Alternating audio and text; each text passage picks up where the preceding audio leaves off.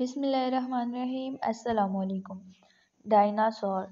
کہیں دور ایک بڑی پہاڑی کی چوٹی پر ایک چھوٹا سا قصبہ آباد تھا۔ یہ بے ترتیب سا قصبہ تھا اور اتنا خوبصورت بھی نہیں تھا، لیکن آخر یہ لوگوں کا گھر تھا۔ ایک دن اس شہر میں عجیب و غریب واقعات ہونے شروع ہو گئے۔ درخت اور مکان جیسے بڑے زلزلے سے ادھر ادھر ہلنے اور ڈولنے لگے۔ لوگوں نے فیصلہ کیا کہ فوراً قصبے سے نکل جائیں۔ سب اندھا دھند بھاگنے لگے اور پاگلوں کی طرح لوگ تیزی سے چوٹی سے نیچے اترنے لگے۔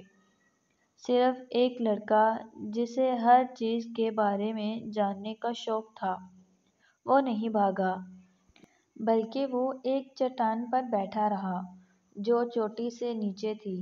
اس کا صبر میٹھا ثابت ہوا، کیونکہ بجائے پورا قصبہ نیچے گر کر تباہ ہونے کے اوپر ہی اوپر جانے لگا، ایسا لگتا تھا کہ قصبہ بادلوں سے بھی بلند ہو گیا ہے اور پہاڑی کے نیچے ایک لمبی گردن اور 4 ٹانگیں بھی نکل آئی ہیں۔ وہ ایک ڈائناسور تھا، ایک بہت بڑا سا اور سویا سویا ڈائناسور۔ ڈائناسور نے سوئی سوئی نظروں سے لڑکے کو دیکھا، پھر کہنے لگا، تم تو بہت چھوٹے سے ہو۔ اس نے کہا، نہیں، تم بہت بڑے ہو۔